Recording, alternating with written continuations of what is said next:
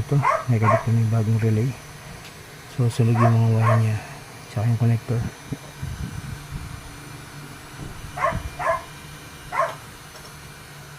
So kaya wala akong palitan ng bagong wire.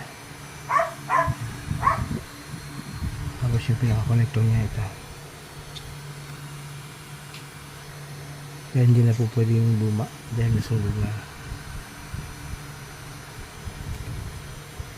Lalo ito sunog talaga. So nakabit ko na, may andar na itong rep. Hopefully ito lang ang problema nya. Minsan kasi kaya pala nasisira yung relay dahil sira rin yung compressor. So kailangan talagang maganda kung makabitan ng bagong relay para pasukan ng tamang amount ng kuryente. Titingnan ko mag-spark siya. Ito yung malaking refrigerator, malapad na.